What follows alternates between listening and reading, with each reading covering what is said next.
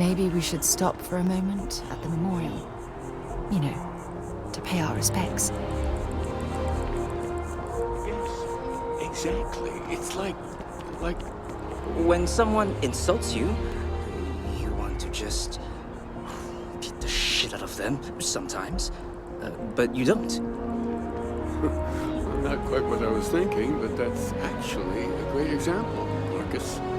The man in the story was cruel.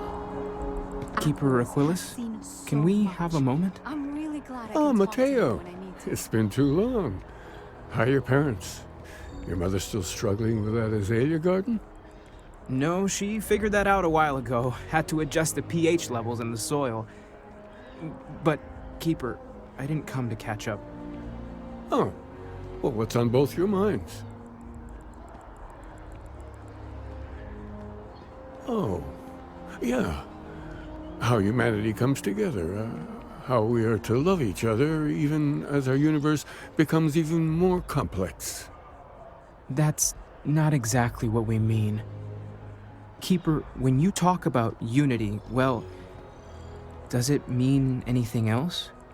Something secret? Perhaps we should talk about this inside.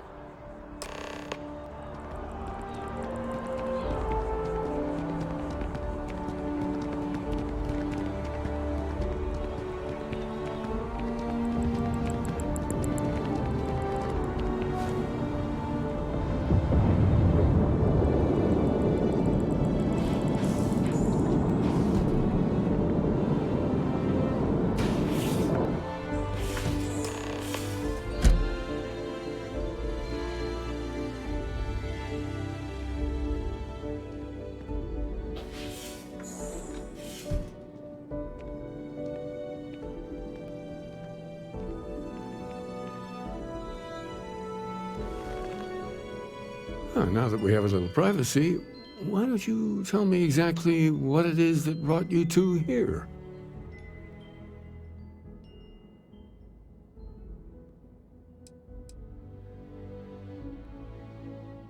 They're like nothing we've ever seen, Keeper. Gravitational distortion, sub-audio harmonic sequencing, unidentifiable energy fluctuations. I caught half of that. So, these things are unusual? Even in your experience? There have always been mysteries that seem to defy our understanding of the universe. Beyond rational thought. We enter life as an act of someone else's faith in us. There's no way of knowing who we will become, and yet the risk is made anyway. So you've pushed into the unknown, not knowing where it would take you. And it's brought you here.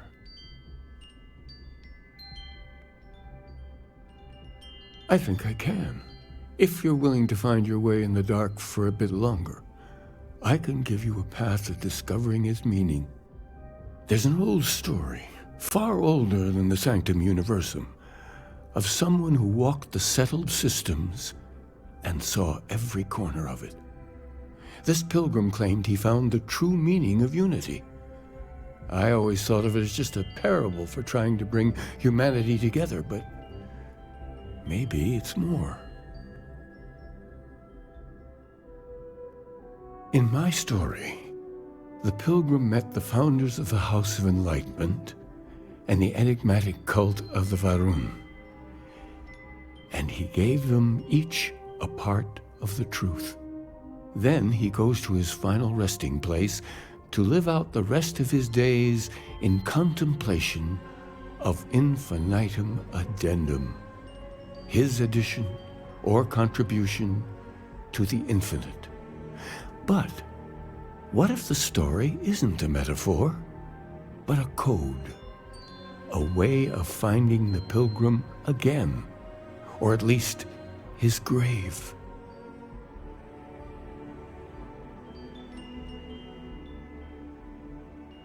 Yes, something must be there.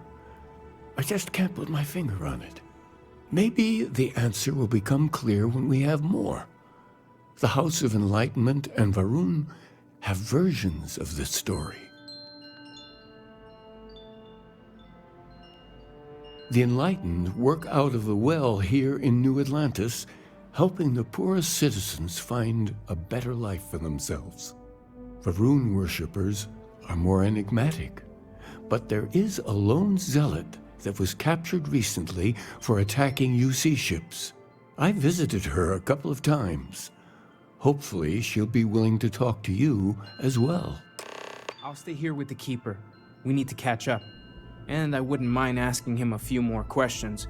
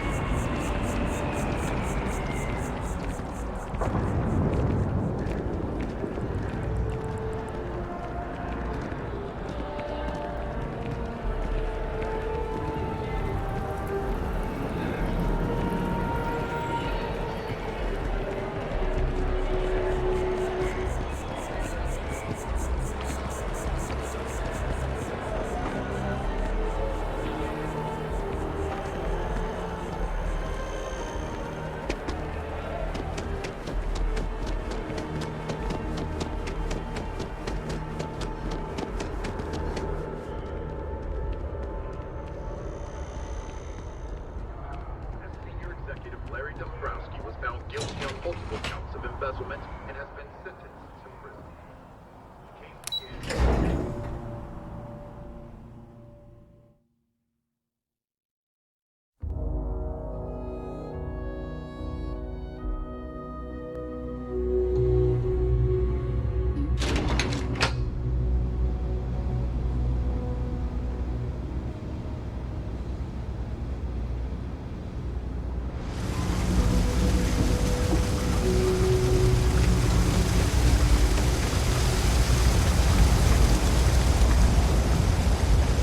I've got limited. We're doing the best we can here. We're no reliant.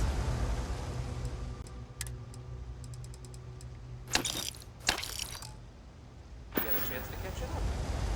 I'm doing pretty good. I honestly feel how burger.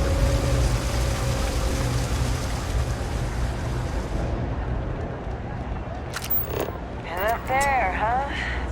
Space? Must be cool. Never get to space. If it's about the financial or food assistance programs, we are backlogged. Don't worry, we're doing everything we can. Oh, you're not? Sorry. Can I help you? We don't mean to be intrusive. Any information you could provide would be very useful. Listen, I've talked about this with him a ton of times, and there's no record of a Unity pilgrim. But since you both insist, our early records are mostly administrative. Humanitarian projects, group counseling notes, charity expenditures. But there is a series of exchanges the founding members recorded in a lot of detail. It's the closest thing I have to what Aquilus is describing. A man walks into the first House of Enlightenment. The founding members just call him the Drifter. So they think he's a charity case at first, but no, the Drifter asks them a bunch of questions. If your philosophy is built on an individual's own morality, what about the second person? That second person might disagree. Isn't the problem of two what you're really looking for? And the founders respond, each individual must understand how the second person lifts them up. All of human effort is a story of cooperation pushing us forward. And it kind of goes on like that. He comes back every week for a year. Same conversation every time. Second person this, the problem of two that.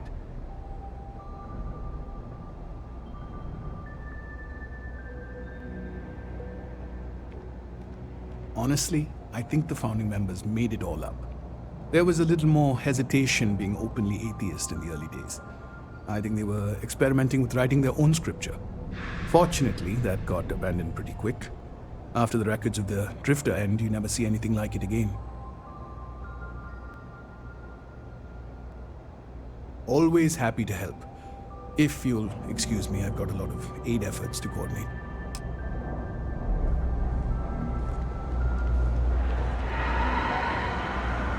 Let me know if I can help you.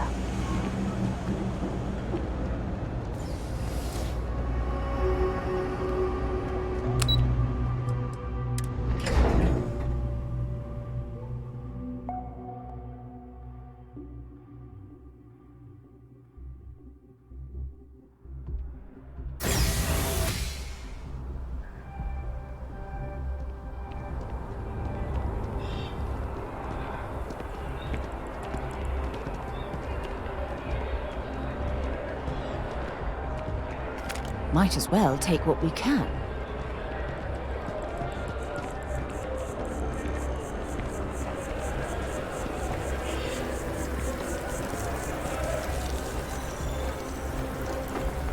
Oh, I've always liked that statue. It's beautiful, isn't it? I wonder what the artist was trying to represent.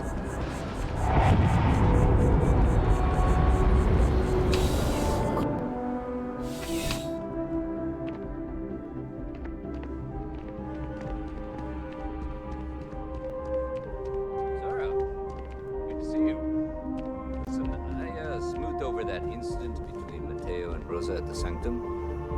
I'd hardly call it an incident, more of a debate, really. But I appreciate it just the same. Not a problem. In the meantime, maybe you could tell him to take it down a notch. Looks like you got some fines to clear up.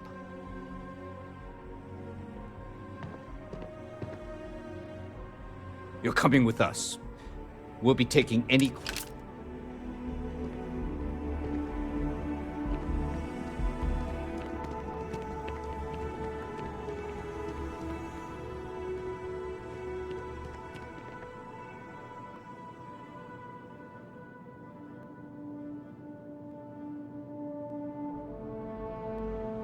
Well, hello. Totally understand. Afraid I can't help you. If your friend, assuming it's deemed legal, let me know if you have any questions.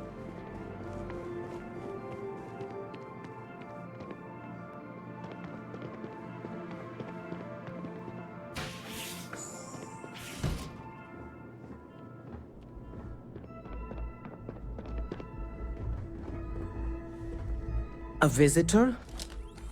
I have all the company I need. He knows not the truth. He sends another to ask more incessant questions. Perhaps you should hear us out before you decide to cast judgment. The Great Serpent waits in the shadows. He will entwine the universe, and all but the faithful will be made as dust. That is the truth. No more, no less. Anything you could tell us would be tremendously helpful. Yes, I have spoken to your keeper about this. I will tell you what I told him, and then you will leave me. Jinan Varun meets the unbeliever. He gives false prophecy to Jinan. But such is Jinan's conviction in the Great Serpent, he does not hesitate. He cuts the unbeliever down. But the unbeliever returns. Jinan realizes the Great Serpent is testing him, and he will not be found wanting. 4 times they fight. Over 120 rotations of the planet they are on. Remember these 4 battles, Jinan. The unbeliever says. Remember these 120 rotations. But Jinan knows this is blasphemy and delivers the killing blow. That is all. Then we are done. Leave me.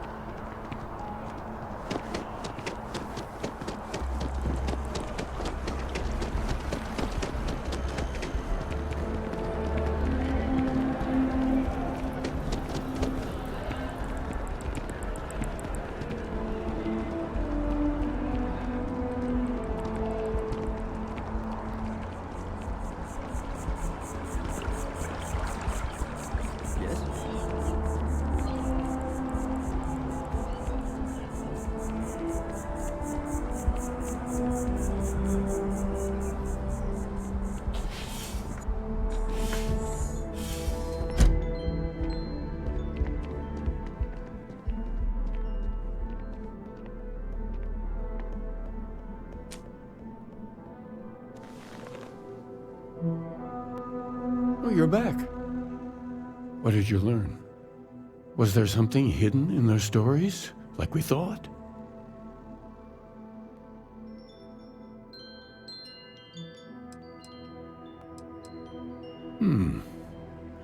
Planets are often named by number. That second might mean the second planet in the system. What else did you learn? If there really is a location the Pilgrim wanted us to find, those do sound awfully like coordinates. Was there anything else? Yes. What he added to infinity. Maybe that points to a name. If we're looking for his resting place, we'd need to know the name of the star system, wouldn't we? Let's see. We have something that could be coordinates. Something that could point to a planet in the system. But what's the name of the system? Infinitum addendum. What if we break down the parts? No systems named finite or add. That just leaves in and dumb. Well, that's certainly how I feel.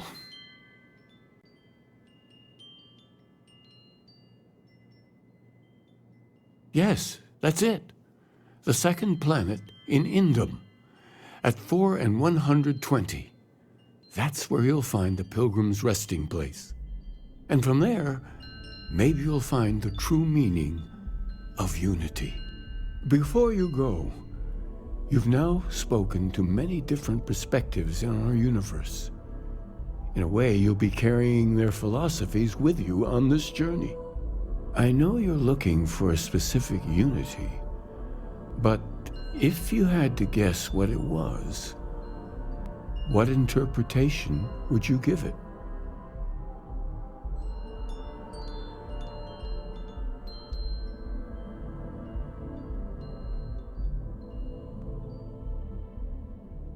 Ah, but what makes something like that holy? Gravity is also a force that brings things.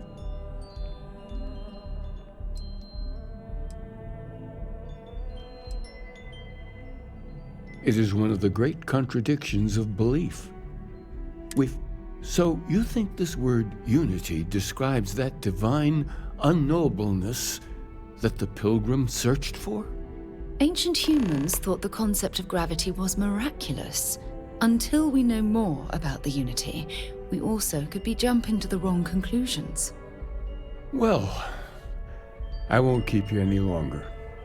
This has been fun, I have to admit.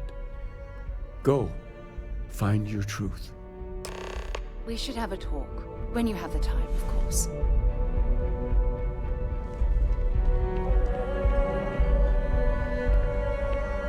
Look, I wanted to take this opportunity to thank you.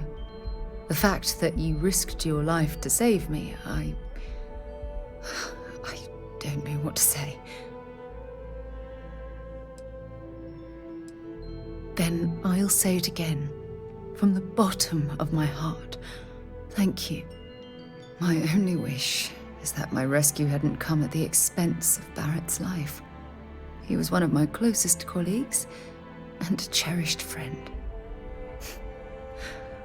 He always knew how to make me laugh.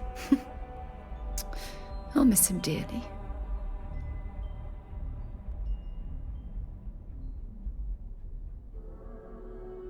I really wish I could believe that. Our charter at Constellation has always been to analyze the unknown, but rarely at the expense of our members' lives. Yet all the while, I've been cavalier about taking risks and pushing the boundaries, not appreciating the true cost of my actions. Had I not pushed so hard to pursue the Starborn, perhaps none of this would have happened at all, and Barrett would still be alive.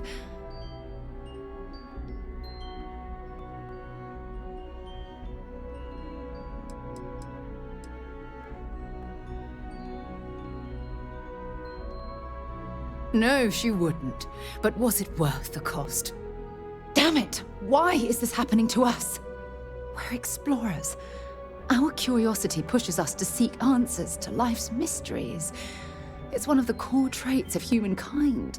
Yet in return, this is what the universe throws at us. Beings from God knows where who are trying to murder us. Why? What have we done wrong? No. I refuse to allow Barrett's death to be attributed to bad luck. It isn't fair. The question is, where do we go from here? Do we stop exploring? Stop pushing the boundaries? Take a more aggressive posture towards the universe? I don't know where to begin.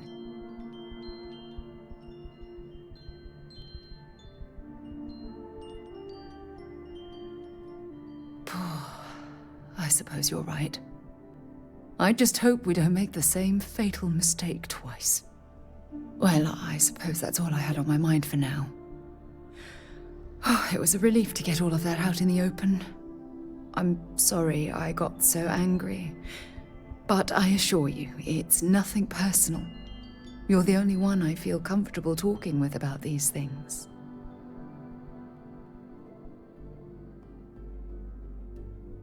Good. Because I expect this won't be the last time I intend to cry on your shoulder or scream in your face. Well, we have a long road ahead of us. I suppose it's high time we get back to work.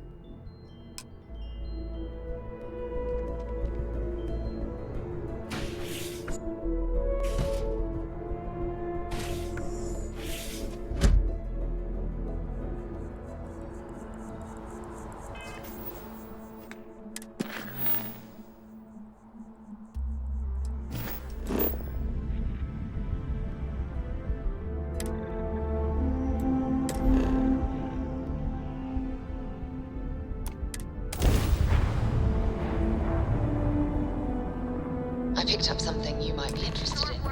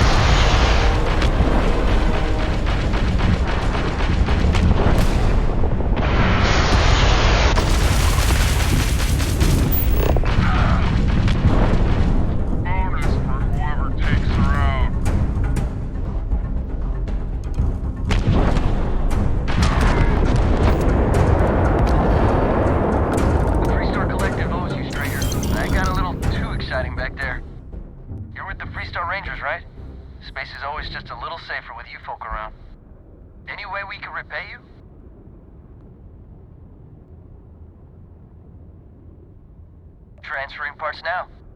You take care.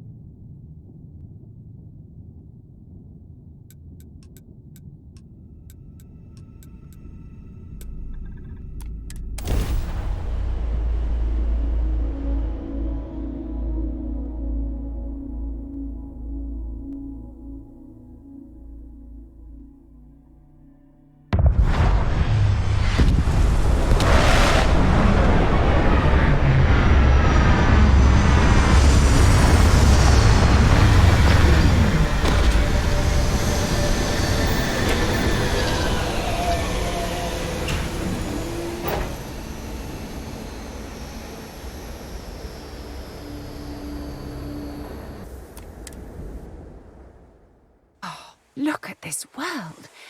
It's beautiful. Just beautiful.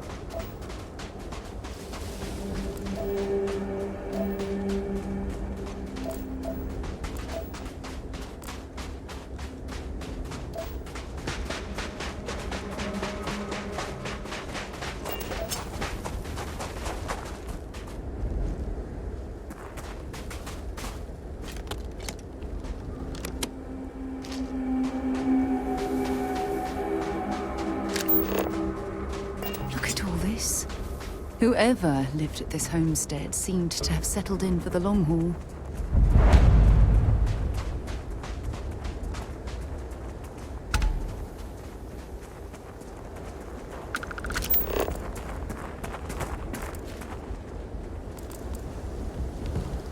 Zeroing in on anything useful?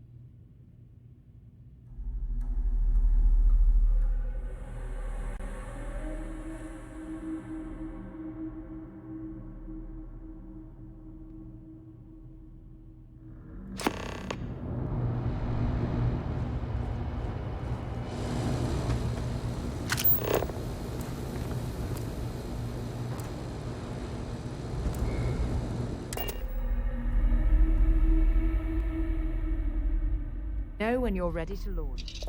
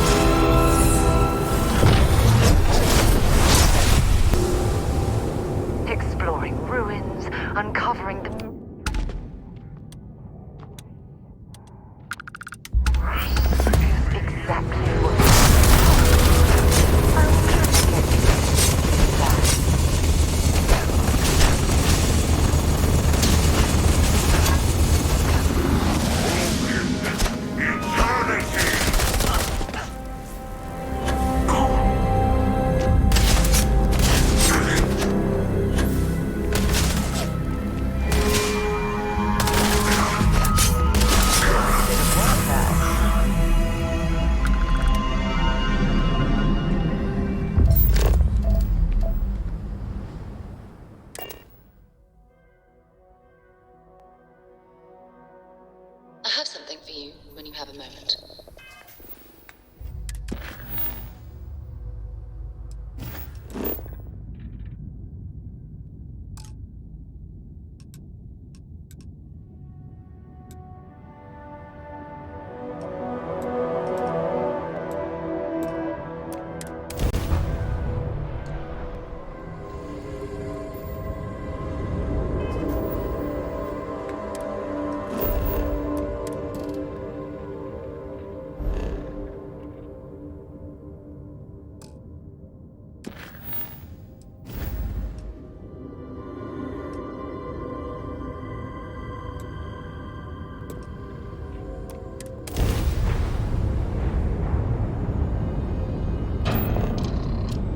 Hailing unknown vessel. Colonists here in distress.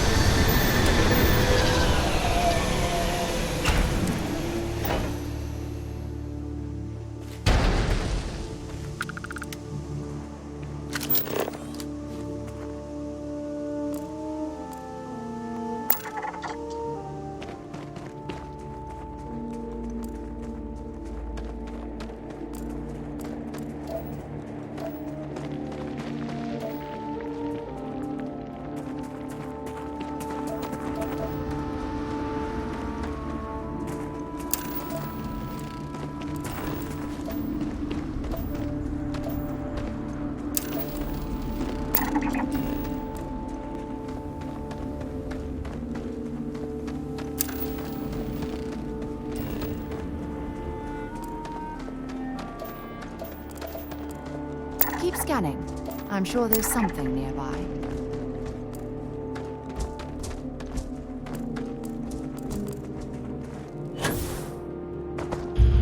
Big.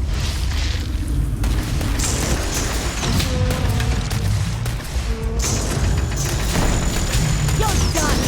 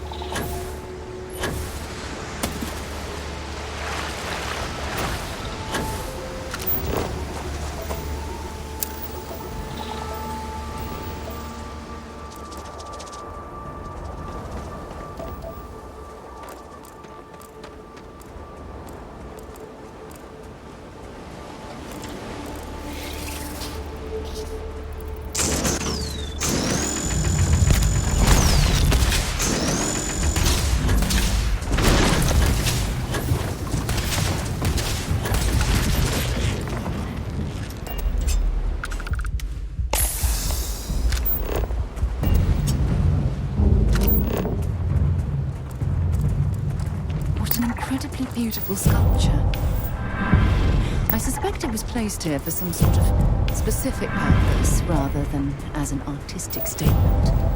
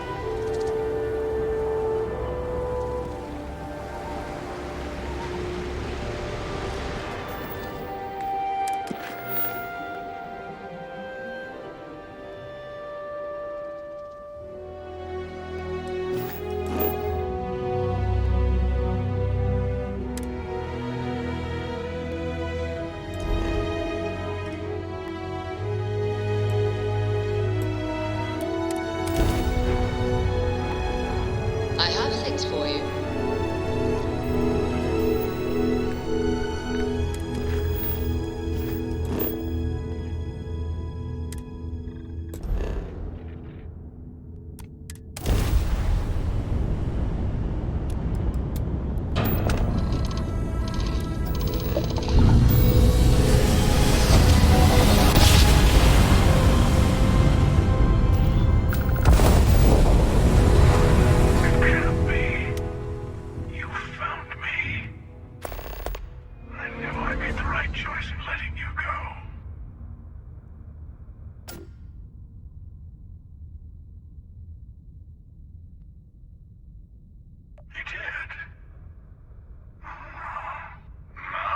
Starting to make sense.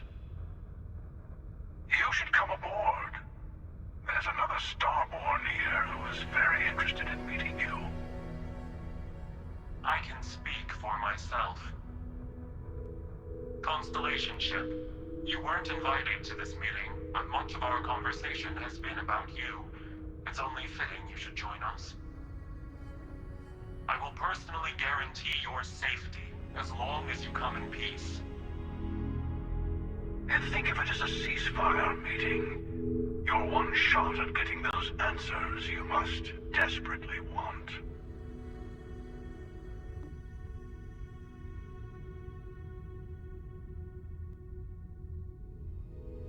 Good. See, we can all get along. For now.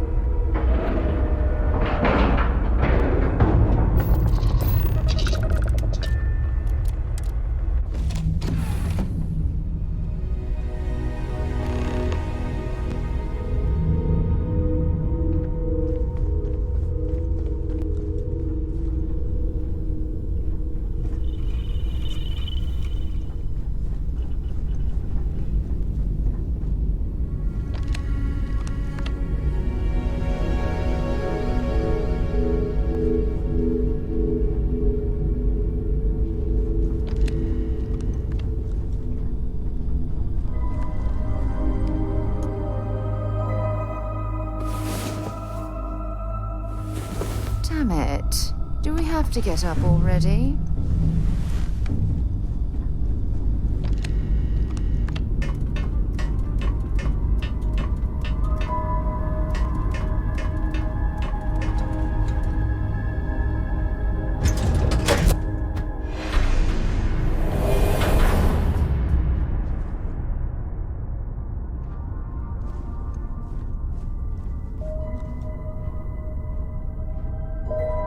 Hello.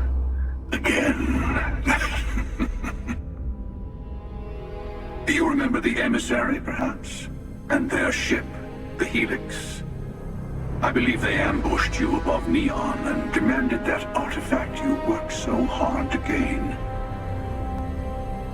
Thank you for the stellar introduction. Your success is unprecedented. Before you came, we were just discussing how continued use of force against you is unwise.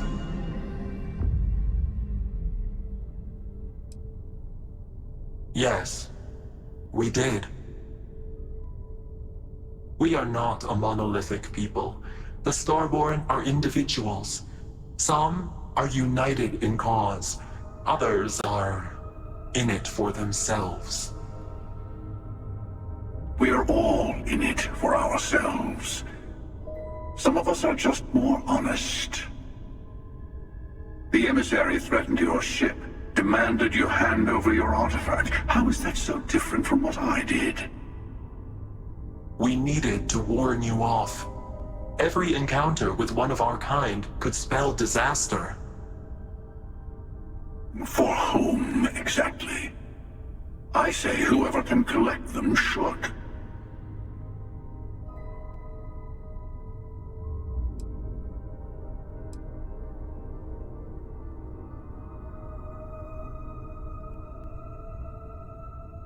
And who gets to say that? You? Me? The emissary? I have debated morality for near infinity, and all I have found are groups of people enforcing their will on others. Rules and laws spoken as principles, but backed by arms and violence. Enough. We have more to discuss. The Unity. You are on the path to it. It is a place, a gateway. It is where we were reborn. Not a relatively expendable Dusty anymore, are you? Look at where you've ended up. I'm not who you think I am. This universe is only the first one you've been to. I've seen hundreds. Where I came from, I was the one who ran to the Eye. I left you behind to protect the artifacts, and the Hunter killed you. One of me, at least.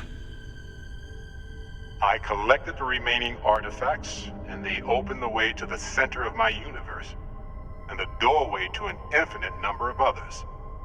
That is the Unity. When I stepped into it, I became a Starborn. It's how I've entered other worlds, including yours.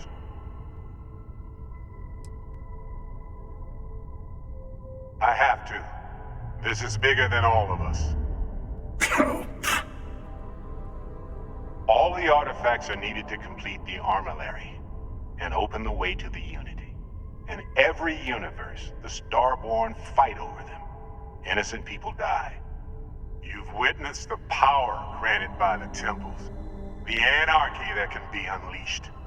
Someone has to decide who should get them. Here it comes. The emissary tells you only the worthy should enter heaven. You're twisting what I mean.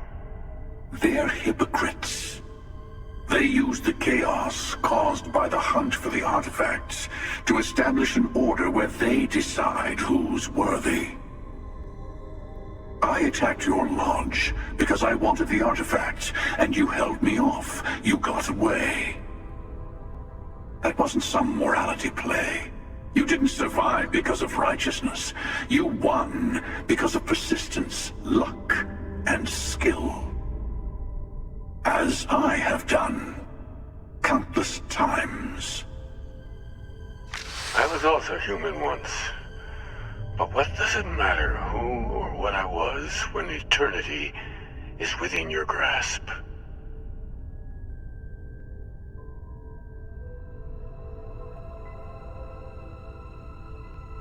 You're learning. My other self wants you to walk the path he walks, to give up, to appreciate the universe you have. Easy for a person who's seen everything, done everything. I think you should see it for yourself. You've never come this far. Not in all the universes I've seen. The path to the Unity is opening to you. You're going to tip the scales one way or another. Better your hand be on one of our sides.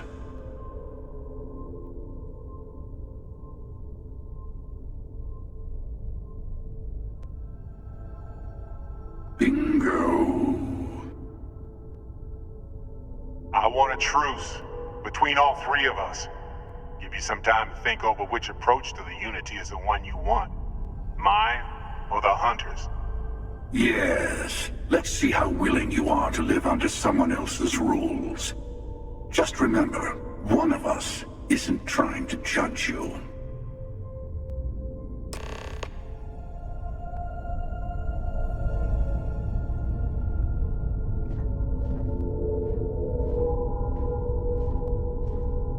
I'll tell you everything I can. I'm sure you have more questions.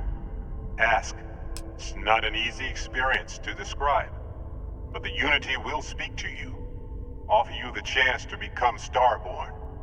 You will be leaving this universe behind to be reborn. Everything you were before will be gone. Maybe that's why it offers the choice. Compassion? Or is it testing us? Different? I never know who you are when I meet a new version. But so much of you stays the same. It's hard, but each universe is precious in its own way. Mine will never have its original you in it again, as yours won't have its real me.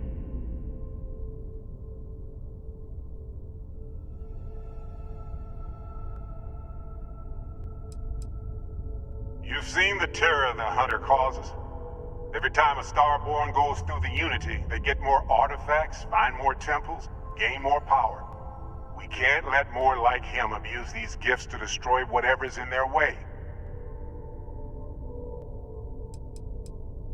When all the artifacts are assembled, the device they create is called the Armillary. In many ways, it's a model of the multiverse itself. Through it, you can reach the Unity, and from there, you can become Starborn. You might think the emissary is on your side, but your persistence is what forced them to tell you the truth. Remember that. The Unity is meant for whomever can get there. Tempful, whoever created the artifacts and built those temples, is playing a game with us. One whose prize is access to the center of all creation. There are no rules. Whoever gets all the pieces wins. And I've won. Over and over. I don't kill for the Unity. I find the easiest pathway to it. I've simply found that it's the quickest way. Talking, forming alliances, waiting for the right moment to commit theft. It's all so tiresome. I'll admit, you getting away has been the most interesting thing to happen in quite some time. As soon as I realized what had happened, I knew I needed to wait until this meeting with the emissary to decide what to do about you. To see what would happen, of course. You might not understand just how many times I've done this. Usually, you're the one who ends up dead, and whoever cries over your body goes on to become the emissary. Sometimes I manage to get you all bunched up and take care of the problem in one go. Sometimes the emissary has gotten to me first, and I never arrive. Hundreds and hundreds of variations of me, packing through Constellation. And it's almost never you. You making it to your ship on your own. It's new. I took it as a sign. I don't get many of those anymore. They enter the Unity, take artifacts from others, employ force. All the things I do. I am many things, but I would never tell anyone what to do with their gifts. That is your decision, not someone else's. The emissary wants to become the judge of who gets to enter, but the Unity itself doesn't judge.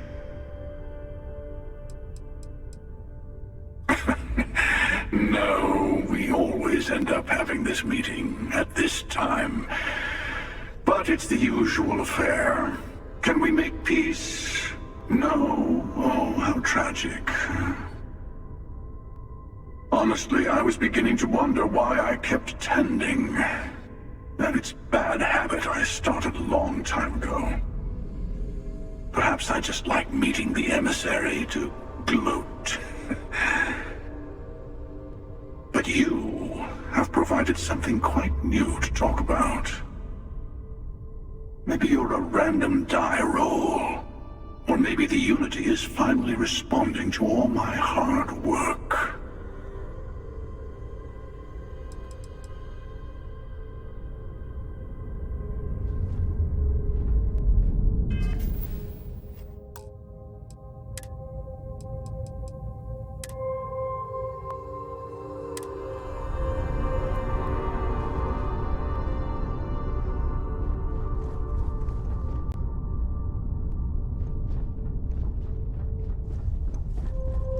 Before you leave, I want to give you something.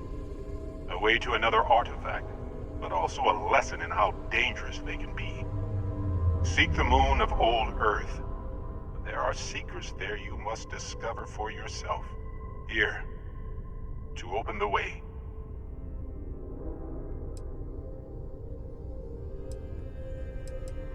And I am sorry we have not always been forthcoming.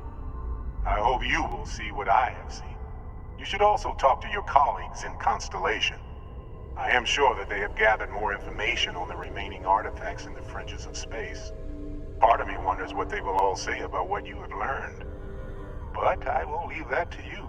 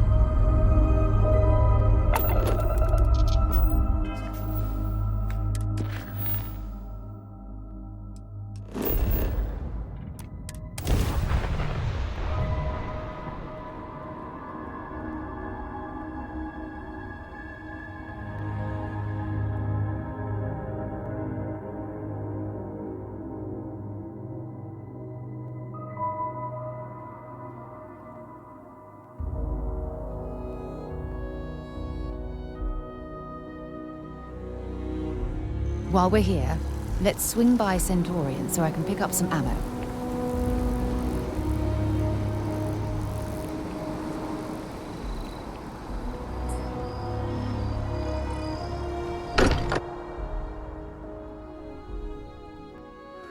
Much as I'm eager to explore the universe, there's nothing quite like the feeling of returning home. Hey, I've been talking with the others, and I'd like to get everyone together. To say goodbye. You know, to Barrett.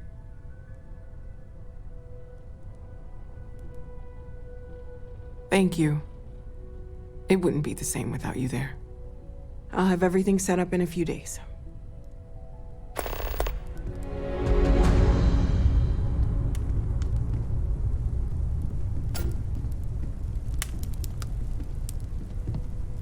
Mateo told us about your pilgrim's voyage. You found it, didn't you? The meaning of unity.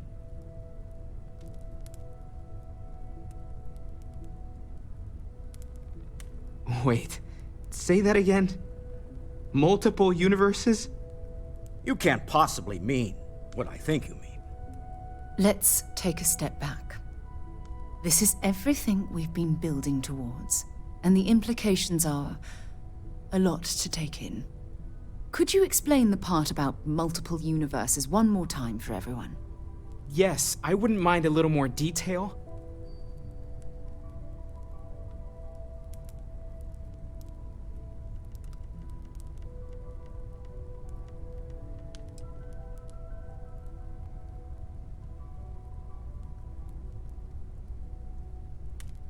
And that's why the Starborn want the artifacts so desperately. They're the keys to unlocking the infinite. I don't even want to think about the physiological changes you'd need to travel between universes. Plus what it would do to the mind? Enlightenment? Or oblivion? Like the Hunter. You have the opportunity to reach the closest thing to your god that might exist. And you're second-guessing it?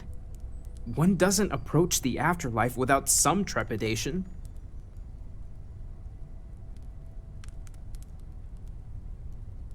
You're right. We have to see the unity for ourselves. I know this has been a lot for everyone to take in, but we finally have answers. Let's make the best of them. Not to make a sharp turn in a grand tale, but I got the eye fixed up. Bruised, but still blinking. Let me know when you're ready to follow up on what it's seen. These last glimpses from the eye are from the farthest fringes of known space.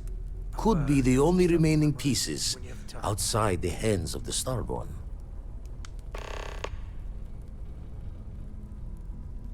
Catch a smile out there.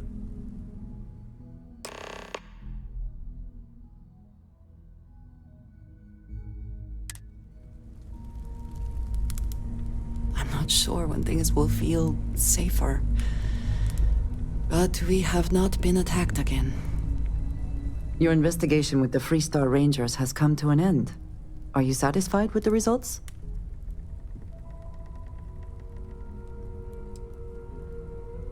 Yes, but not everyone walked away, did they?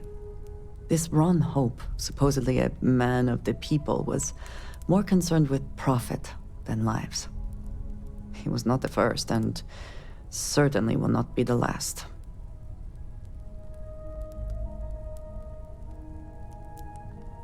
In the end, he was just a man, and died like any other. At least he will no longer be able to prey on others. I am unsure that death was preferable to justice, but at least the situation is over, and there is no question who was to blame.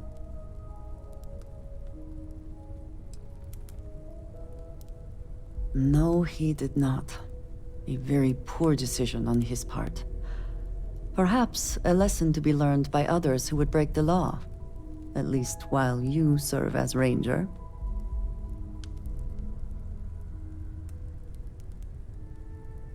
I think less of the badge and more of the person wearing it. Shall we find some other... I have things I wish to discuss with you. When you have time. In the end, you chose the UC over the Crimson Fleet.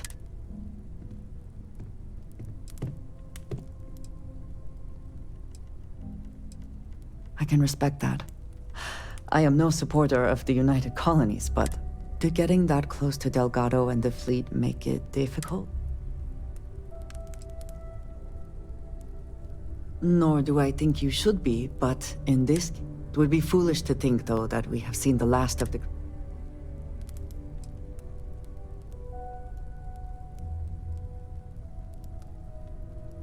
That is true. For now, you should enjoy...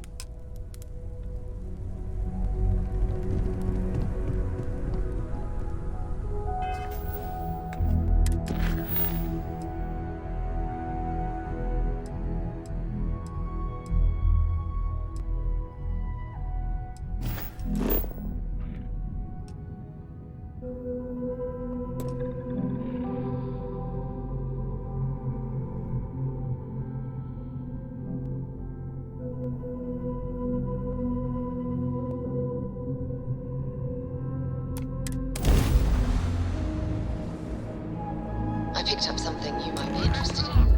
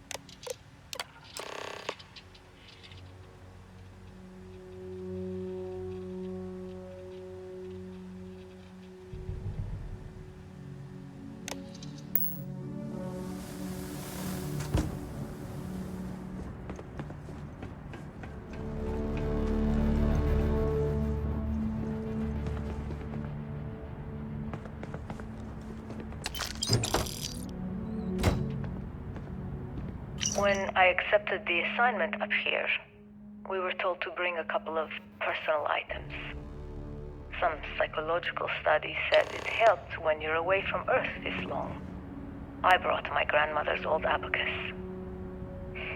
I would play with it on her lap, and she'd teach me the Russian for all the numbers. She,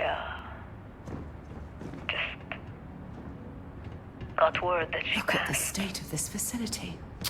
The next I shuttle wonder isn't why for this 3 place was months, abandoned. so I won't be able to go to the funeral. Goodbye, Babushka. Thank you for teaching me math. It brought me to the moon. Nova Galactic Project Log, Principal Engineer Lang Shu. I admit, this is not the most disciplined team I've ever run.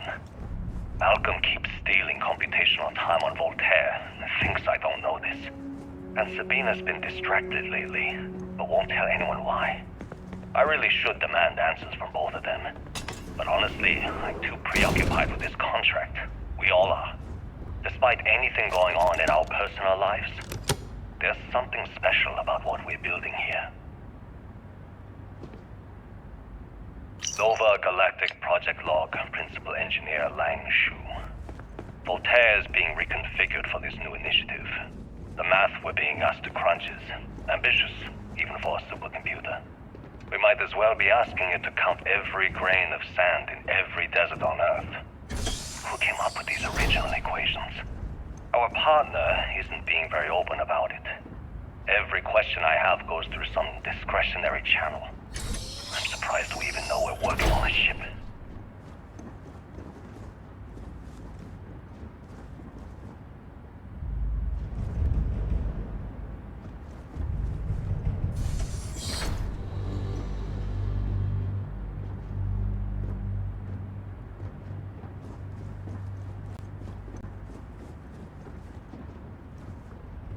Okay, confession time. Being single on a moon base is the worst. I only get like an hour to use the communication link to Earth every couple of days. And let me tell you, there's long distance dating, and then there's like long distance dating, you know? Oh, hey there, I'm a scientist, deadly employed, willing to take you out for coffee in like 6 months when I'm back from space. It's not a great opening line. You seriously can't get a date? You're an astronaut. Hey, no one asked you. You ever get jealous? You know, the crew in the shipyard? Building the actual vessels that are gonna travel the stars? We're literally on a base on the moon. Oh, come on, Sabina. I'm trying to share my dreams here. Well, your dreams are always out there and never here where the rest of us live. Can't you just be happy doing your job? Where's the fun in that?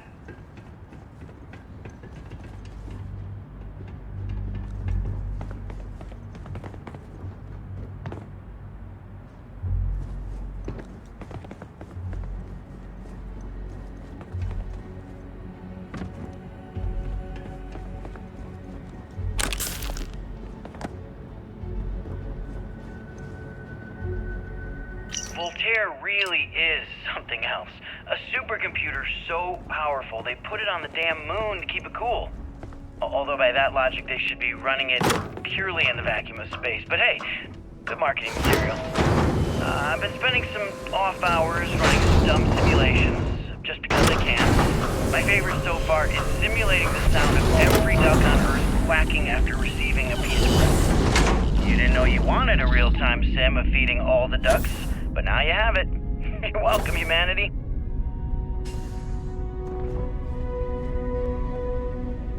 Engine spin-up time almost complete. Total time 5 minutes 22 seconds. Right on schedule. How are the helium-3 valves holding, Nova? We double-checked the leakage concerns this morning before the launch. All signs green. Any changes to the calculation sequence from Voltaire? No changes since we uploaded the last figures yesterday. It's a clean shot from here to Jupiter. One day the computer will be on board the spaceship. Just imagine that. One miracle of science at a time, Canaveral.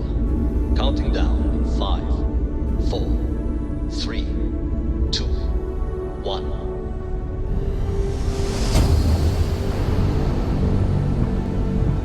Canaveral, are you reading? All clear, Nova.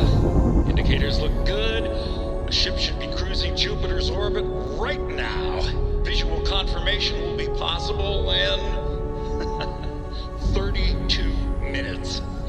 Afraid the speed of light is on the slow side these days.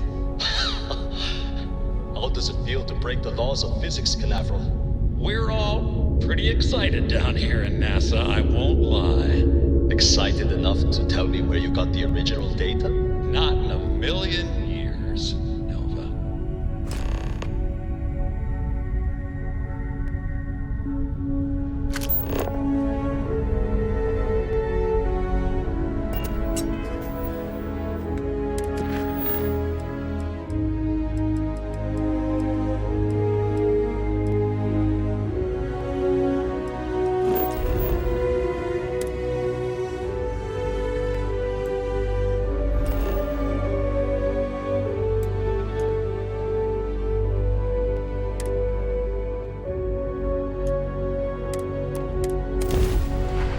I have things for you.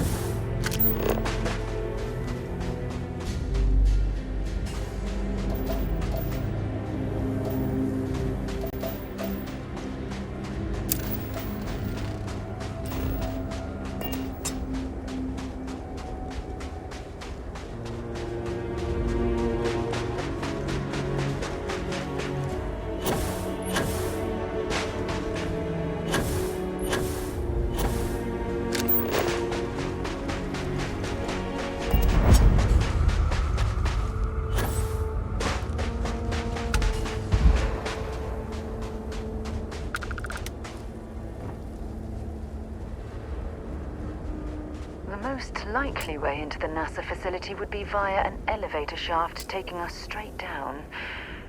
Hopefully the system is still in place. I need to discuss with you.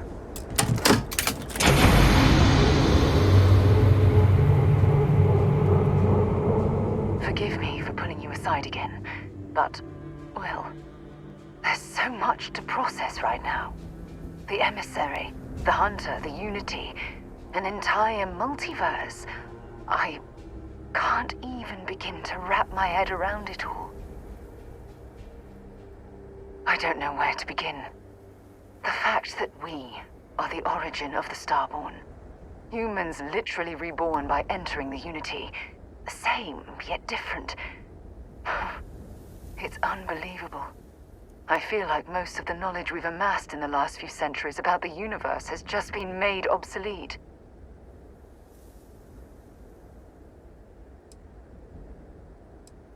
It's exciting, but we've made so many mistakes along the way. I worry about the damage we've done to ourselves. We've been pushing further and further outwards from our home, when we should have spent more time being prepared for the consequences.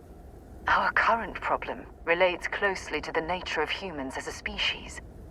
This rushed curiosity has led us to enter the Unity and become Starborn.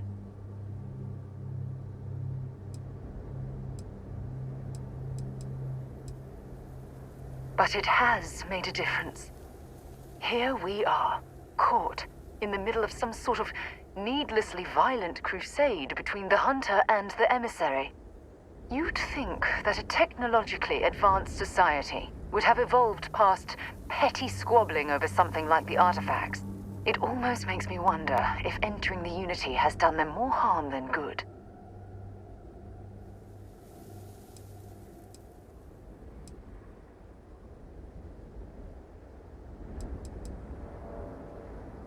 No, that's not it at all. When you pass into whatever lies beyond, we don't know what will become of you. Will you remember your life as you knew it? Will the hunger to collect the artifacts consume your life like it's clearly consumed the Starborn?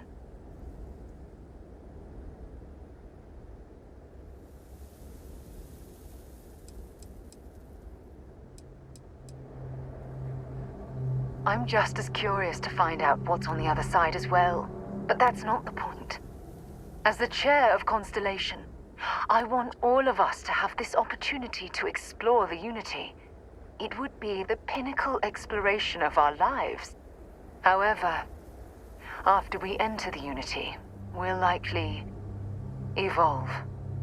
You and I, as we stand here right now, will essentially cease to exist.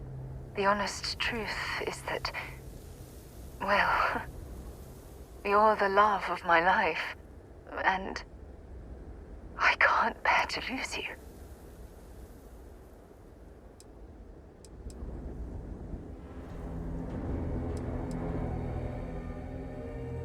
I'm not sure. I'm guessing based on what we've learned. Even if I accompany you into the Unity, the question still remains. Would we know each other anymore? Even if we did, would we care? Part of what I do as chair of Constellation is weigh the costs of our expeditions. And this one, the cost is extremely high. I know. Damn it. I know. Listen.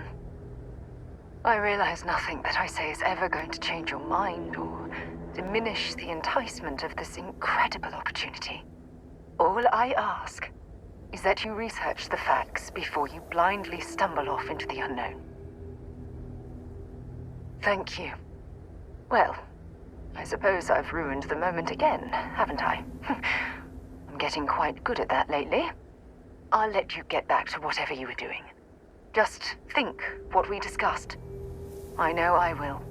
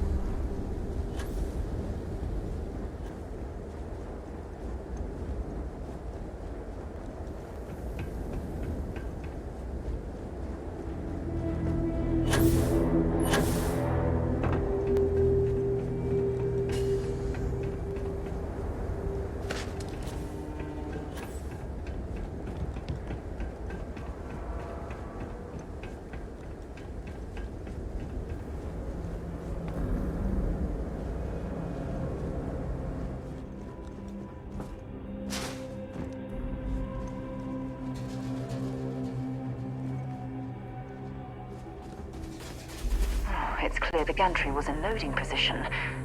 I wonder what prevented this particular colony ship from lifting off.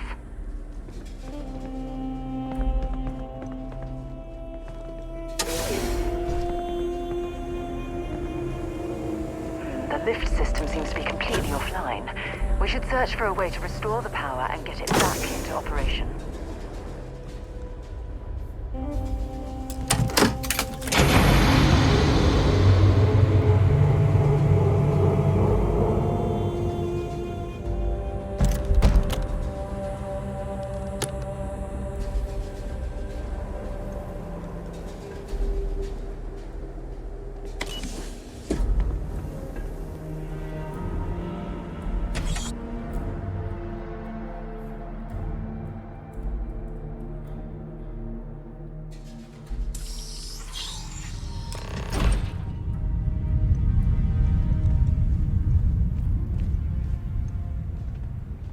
This looks like it was some type of crew preparation area.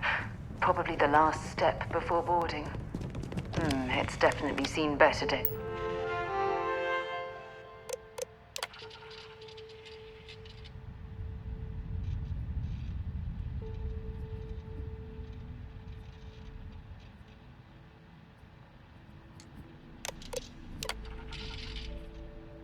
Station log.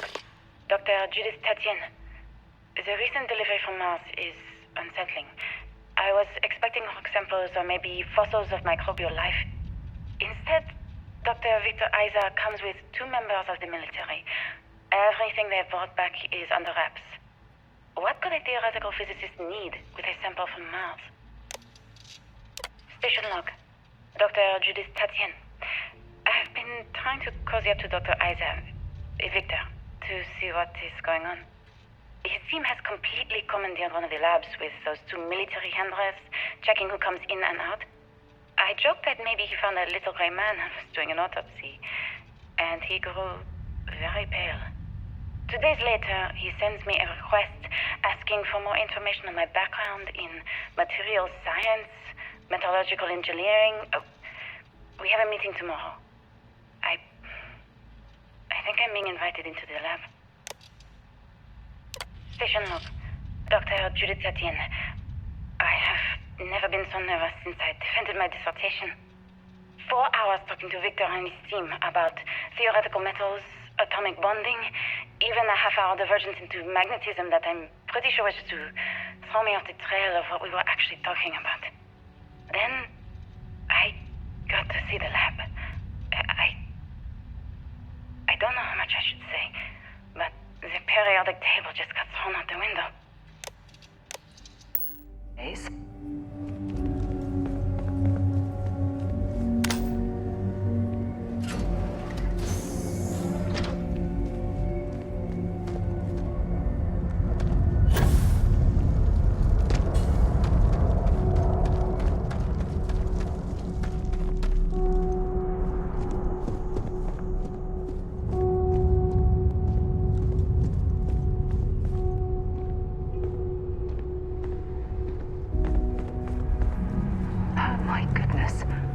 Some of the artifacts here are from the earliest years of NASA. Oh, what a shame all of this was left behind to deteriorate.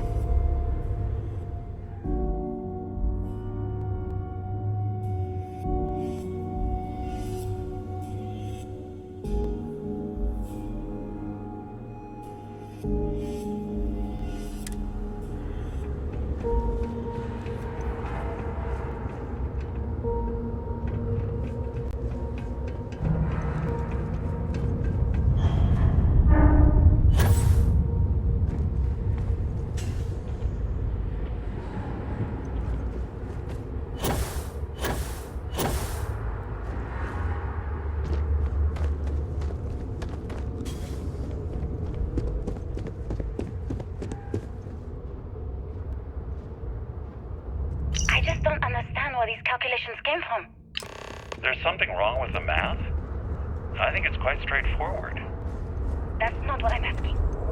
We've had no success extracting even a sample of material from the object. No explanation for the gravitational effects, no motion graph to explain its harmonic frequencies. I can't even establish a melting point. Judith. But you had me building these prototype colliders for months. And now you want me to pump helium-3 into it based on this equation They were written on a clearly goddamn testing napkin? space habitat viability in this area. It seems as if I have they knew been the trusting. inevitable was on the horizon. We keep slamming our heads against a brick wall, getting nothing.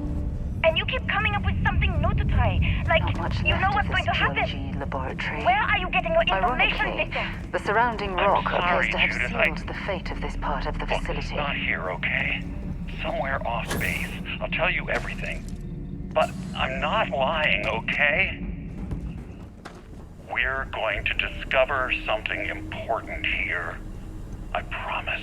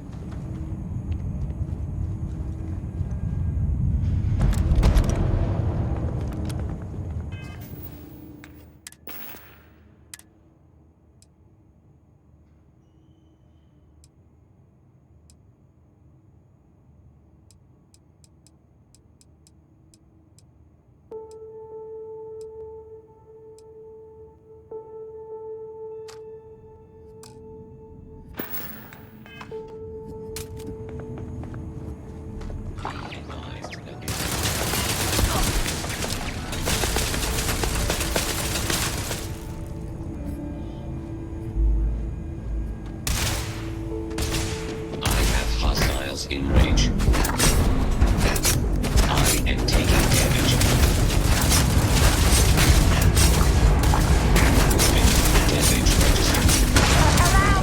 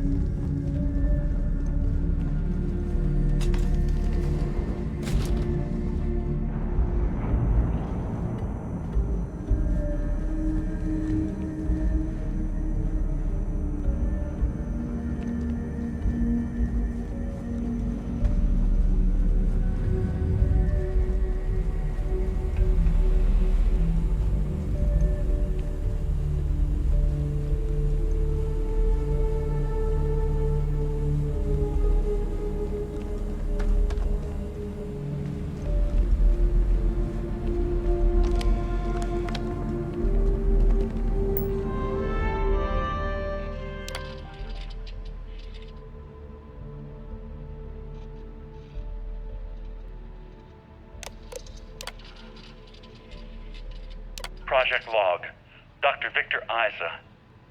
We turned on the prototype today. The gravitational field around it began to fold as we long suspected. Complete reversal of gravitational pull was observed on dozens of loose objects around the lab.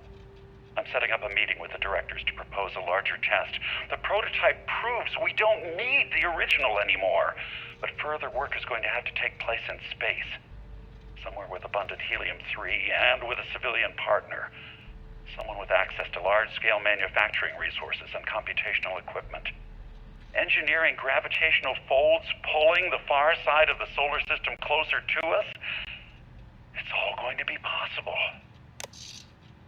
Project Log, Dr. Judith Tatien.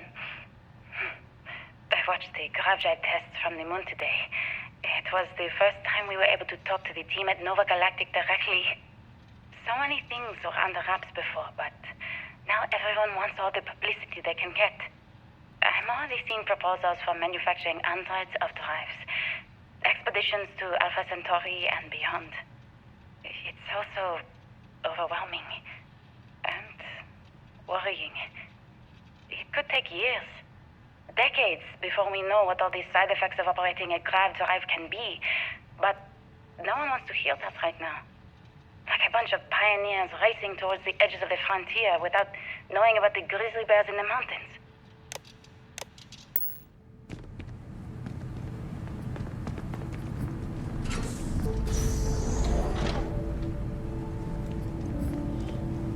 If there's a way to access the deeper sections of this storage area, I'm certain we'll find it.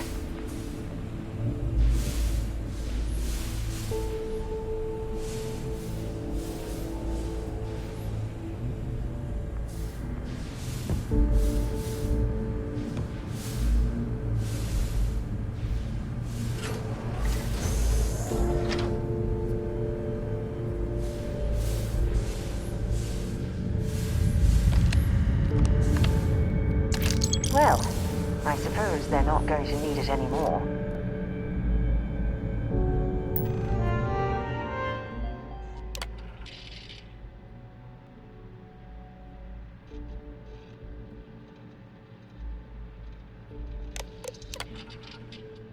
I never actually got to visit your labs back when we were working on the grav drive projects. Seems like ancient history now. Only thing we're doing these days is launching weather satellites. Guess this is as good a retirement as any. Now, Project Demeter, you want our help manufacturing scanners to better track these new meteorological patterns we're seeing. Our guess is that the poles might be naturally shifting, causing some gravitational fluctuations that are throwing off our old models. Why do you need the scanning tolerances to be so small? What are you trying to find? I just want to be sure. It's not like we're doing much these days anyway. The glory days are over. Why not give ourselves a challenge before they write us off in the history books?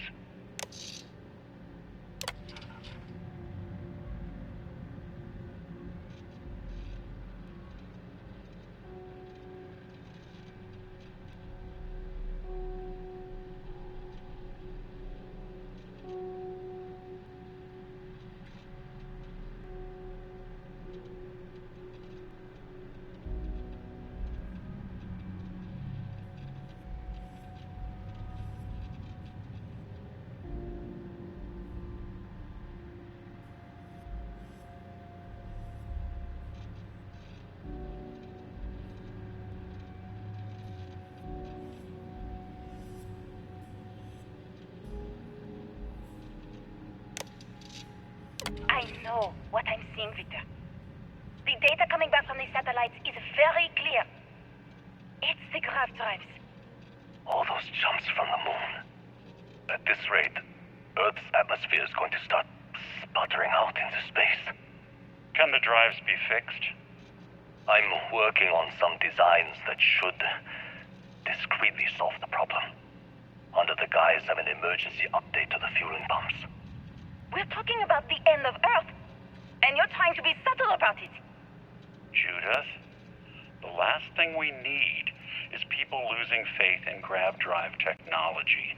That might be our only option. To what? Are Are you seriously saying we should abandon Earth?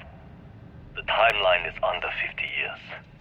A blink of an eye for a planet, but more than enough time for a human exodus. And what do we tell people? We say it's an act of God, one that science has found a solution for. Time for humanity to take its place in the stars. You knew, didn't you? You lied to me. My name is Dr. Victor Isa. I know what I'm seeing, Victor. The data coming back from the satellites is very clear. It's the grav drives.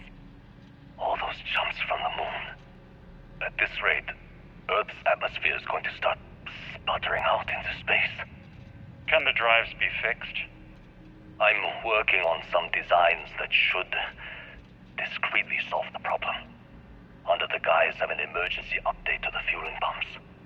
We're talking about the end of Earth, and you're trying to be subtle about it.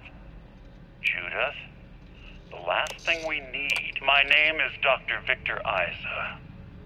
And if you're listening to this, then you probably already know the truth. I was young when I first headed the retrieval team of an odd gravitational anomaly on Mars. But I kept what really happened that day hidden from everyone except one other person. Even she didn't believe me at first. But I have no reason to lie to anyone now, so I hope you'll accept this confession, whoever you are. When I touched the anomaly, I experienced 12 days of lost time. I met myself. He told me everything that has since come true. The grav drive equations, the tests on the moon, Earth's atmosphere sputtering away because of what we had done. But he also told me about a city thriving on a planet orbiting a distant star. Human culture, art, music, lifestyles evolving and shining brightly across all of space. What price would I be willing to pay for that future? Maybe you don't believe me. Maybe Judith was right and I'm just a coward who wants to believe his mistakes were justified. But everyone has forgotten about the real origins of the grav drive, this artifact from Mars. I hope you make better use of it than I did.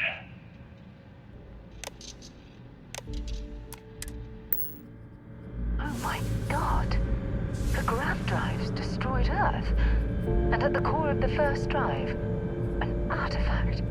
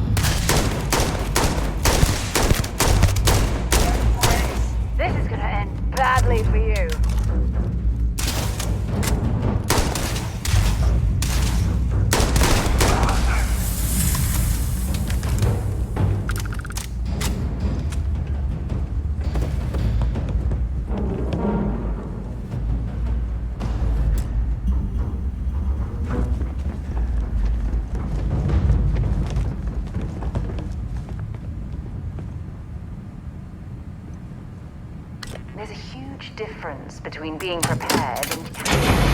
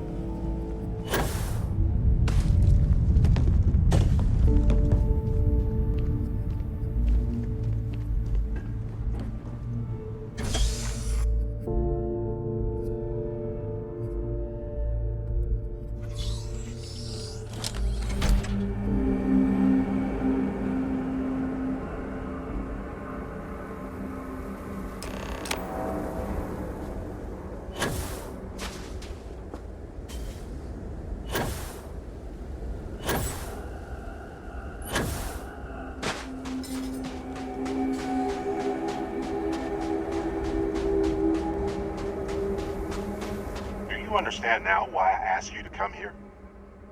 The artifacts unlock the secret of interstellar travel. At the cost of Earth.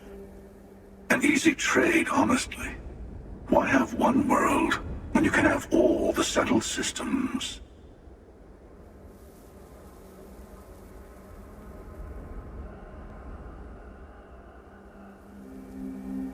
Though I'm normally a devotee of science, I have to admit that in this case, it failed us terribly. And the cost was immeasurable. Assuming we weren't going to lose it anyway. War, disease, famine, all the classics. Don't you see? The power of the artifacts forced humanity to the stars. They didn't get to make a choice. How many would have chosen Earth? And what gave Victor Isa the right to choose for them? You see the hypocrisy in what the emissary is saying, right? They don't want to rob people of their free will, but then they steal the artifacts for themselves. In the wrong hands, the power of the artifacts can make anyone a tyrant. That's why we watch over them. The only thing you're watching out for is yourself.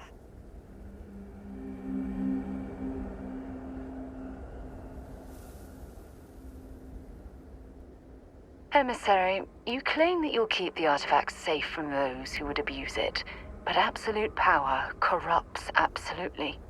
Honestly, I don't believe either of you are immune to their allure.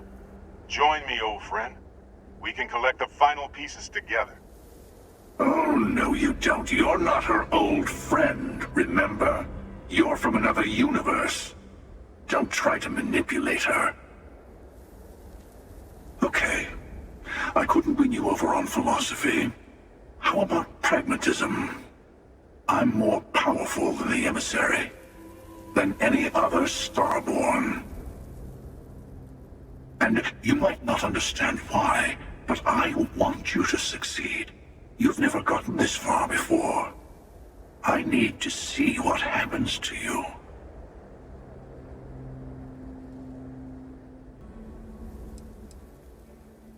Well, look at that. The emissary just became my new best friend. You've made your choice. When you're ready, the Hunter and I will be at the buried temple. That's where we'll settle things. Meaning, we'll kill you. But hey, at least we'll wait. The final round doesn't start until there's only one artifact left to gather. And if I'm not mistaken, Constellation has one or two to go.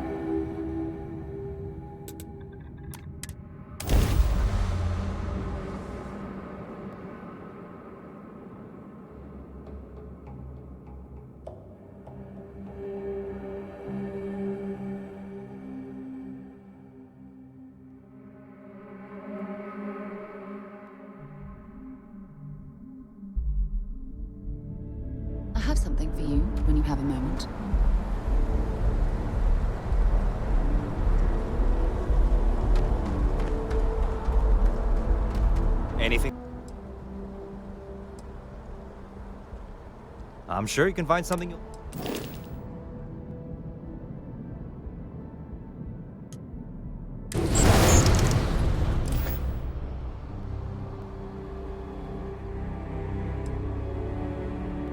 Sure, have at it.